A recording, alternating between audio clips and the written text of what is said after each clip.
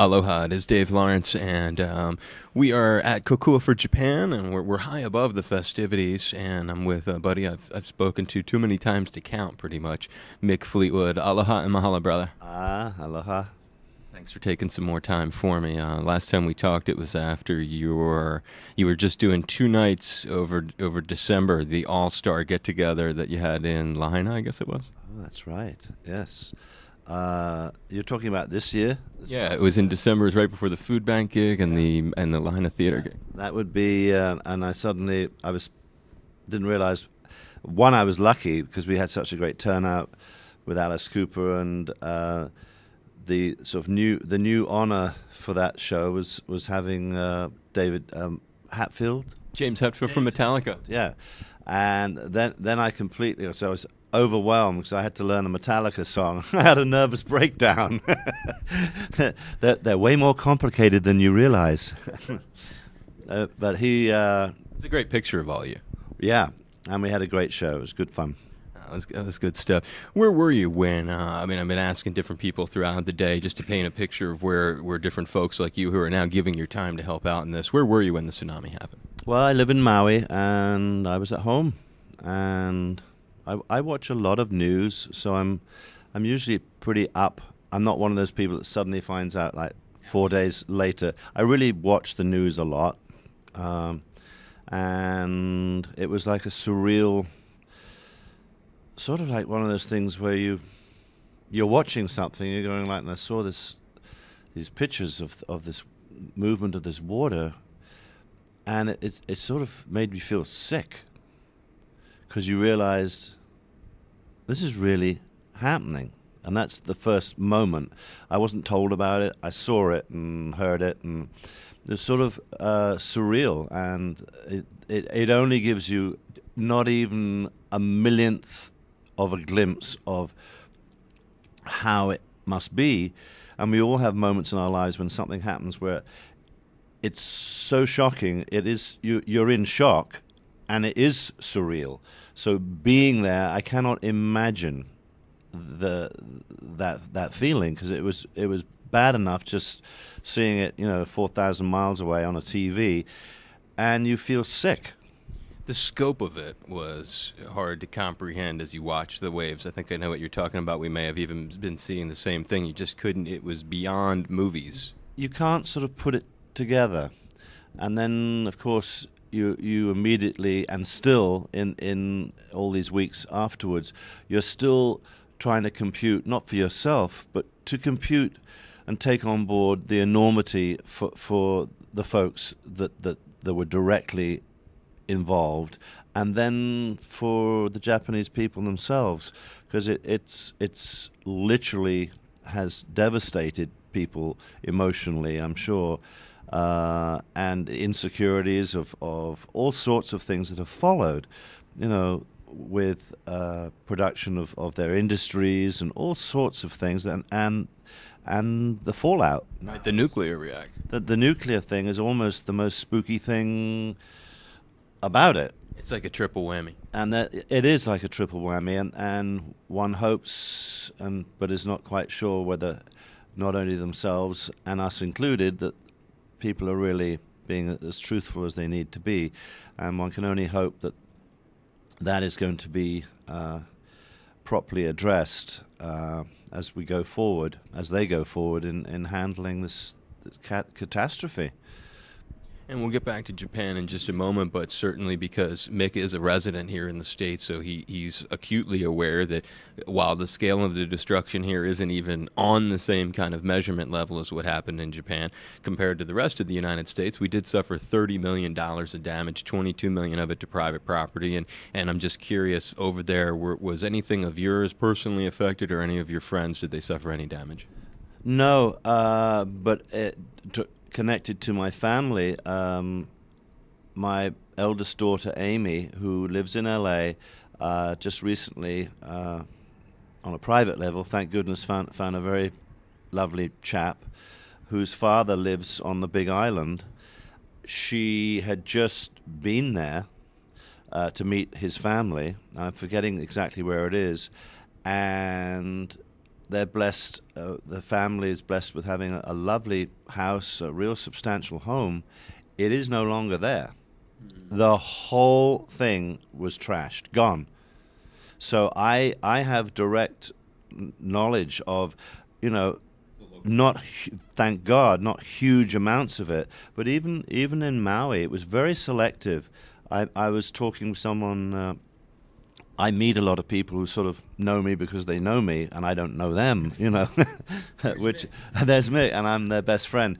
And by the way, I love that. So that's never a problem. And I was talking to someone in a restaurant about what had happened to my family. But I look after my mother, so my wife had to get her up on the side of a mountain because we live near the ocean, and I couldn't be with them because I was up country and all this stuff. And this lady, and I was sort of being upbeat about just, luckily it was sort of crazy, and it turned everyone was getting drunk and whatever up in the hills, and then she segued into I said I live on the lower road, and she said so do I, not far from Napili in Maui, and she said we lost the whole bottom floor, and I said so it was sort of selective what happened, and then Lahaina Harbor got hit, and truthfully the boats that were lost were people who unfortunately were not able to get into the harbor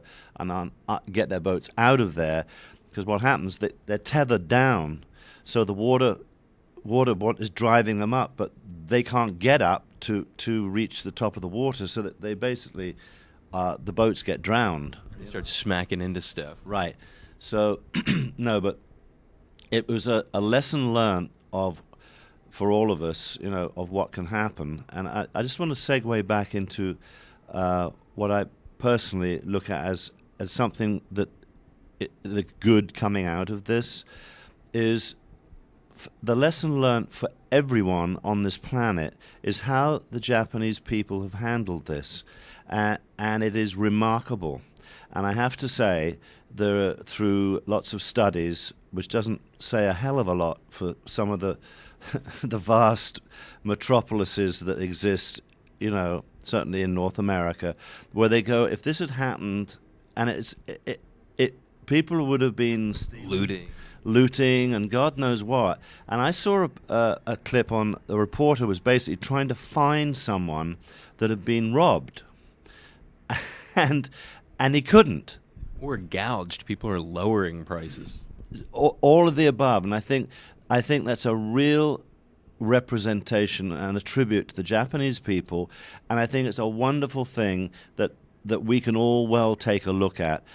That, God forbid, in LA and California and many places really all over the world, seems to be increasingly faced with catastrophic Mother Nature, out of our hands, got to handle situations. And this would be a great reminder as to how you can aspire and handle something graciously and beautifully, as the Japanese people have in total.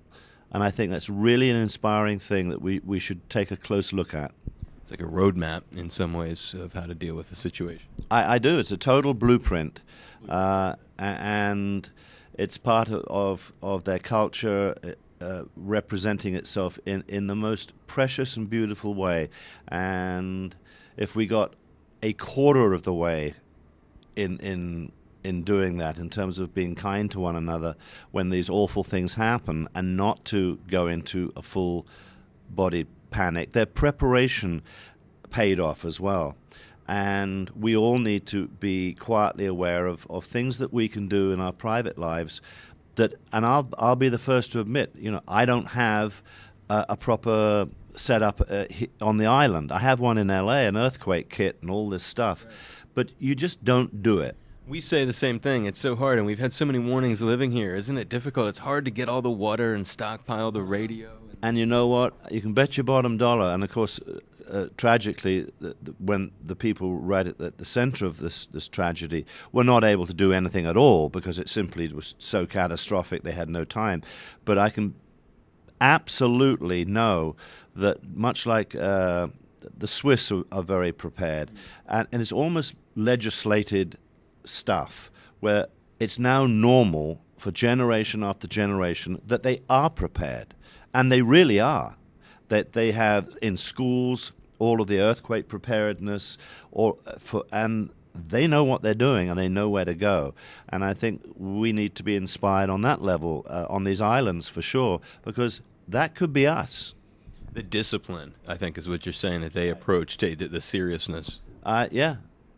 There's no question. You talking about Japan, you're one of these artists at this festival who, like a lot of the people I was talking to, I got to spend some time. I had breakfast actually with Michael McDonald, and we were talking about some of his personal experiences over there.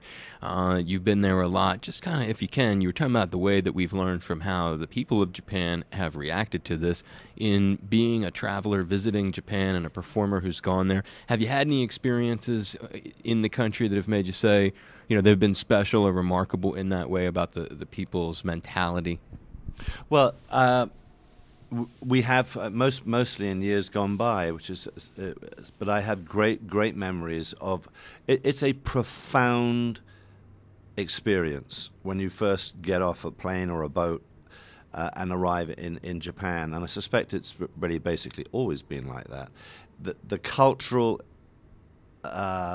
atmosphere is so different that it's incredible to me. It's like astounding, where their pace that they have and the rhythm they have amongst themselves it sort of baffles you to start with, and then you go, this isn't real, is it? And then you realize it is real, and it's ingrained, and it's very real, and that's when it clicks, and you go, I have just been exposed to something that is extremely unique, and it's all good. Are they more patient? Sorry? Are they more patient? I would say that oh, absolutely. That by the very nature of knowing, being in Rome or in London in the rush hour, and Tokyo, which is like 1,000 times worse in terms of the amount of people that are squidged together. Squidged, it's a good word. That would be an English word. And the patience is they're not even aware that they're being patient. They're just being how they are. And that's what's happened and translated in this tragedy. All of that's come out and come to the fore. So dealing with, our only humorous problem with that I remember when we first played in Japan, the audiences were so, as it turned out, so polite that we thought we were dying a death. They don't like us. They're not getting up out of their seats. And in truth, when we realized that they don't actually get up out of their seats because they think it would be disrespectful while you're playing, which is, now I think things they've got more rock and roll savvy with all the bands and stuff. This was a long way back, and that was sort of charming in itself. And of course, the promoter had sort of vaguely said, "Don't worry about it." But when it actually happened, we're going like, "Oh my God!" And then we thought that we weren't doing something right. We immediately got insecure and thought, like, the next show, like, what are we doing wrong? And they said, no. They're loving it. It's okay. It's okay. They're so polite. Then you're going like, well, maybe they need not to be so polite. And then we would say, like, and we literally made little speeches, and Stevie learnt to say something in Japan, which was, please get up out of the seat and enjoy yourself, and that was a sort of humorous moment where we had to get used to the reality of their graciousness, And that's the same sort of thing, I guess. That's why I asked you that question. You eloquently showed the comparison between what you had said earlier, how we can learn from how the Japanese are handling the situation, and then you track it through your own experiences there, and you find that, lo and behold, there's this level of patience or reserve, or some discipline. I'm not sure what the great... It's all there, and of course it's a cultural thing that we've got so much diversity, even in Europe, and and through the ages, and then of course the American story and all the lovely things, that the good and the bad of it, and the mixing of all the lovely cultures. And their culture is so intact, even though they've made the massive excursion to be, with the commerce and business, which has been a huge success for the Japanese people, since the Second World War, and to their credit, it's almost amazing how much they've still retained their culture, but they have, and they have that sense of well-being. I think that gives them, I think, a real sense of identity. That can help, I believe, I'm just presupposing, can help this type of a situation where they really rally around who they are, and they're so much part of the world, but they still have reverence from whence they have come, and that's admirable to see. And that's a good note to... Hello? Room service. Oh, your food. Or water. Don't want to miss that. And we're talking with Mick Fleetwood. We're at the Hilton, have room service arriving. It's kind of nice. The mixer being satiated prior to his gig here. And important to get some sustenance. We all know how that is on a busy day. And a day with some clouds. Hopefully the rain will hold off. Thank you. That's good.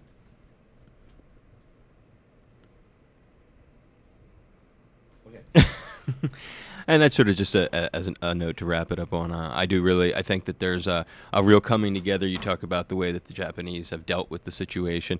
I just want to commend you guys as artists as we just wrap up this interview. We're here at Kokua for Japan. The response here in Hawaii between our local performers and between the performers like yourself who are local performers but are also seen as international artists, it's outstanding.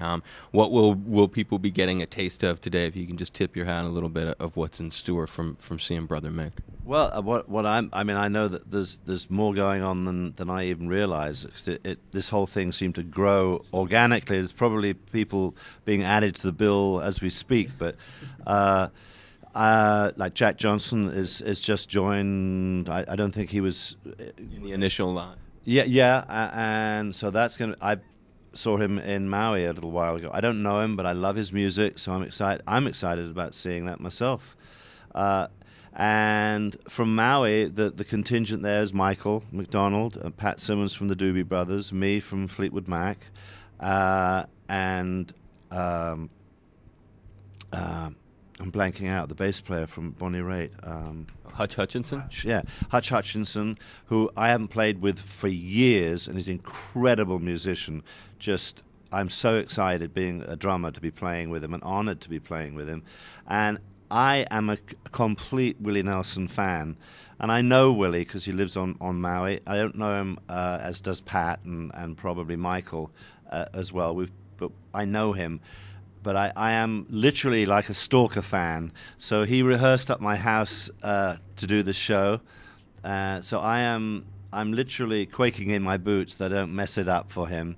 So that's great. But the show's got so many great people, and Henry, of course, Henry Capono, and who totally his wife Leslie phoned me up and told me what was going on, and they, I know, have been incredibly responsible for what is happening here this afternoon, as a lot of other people that I don't know personally.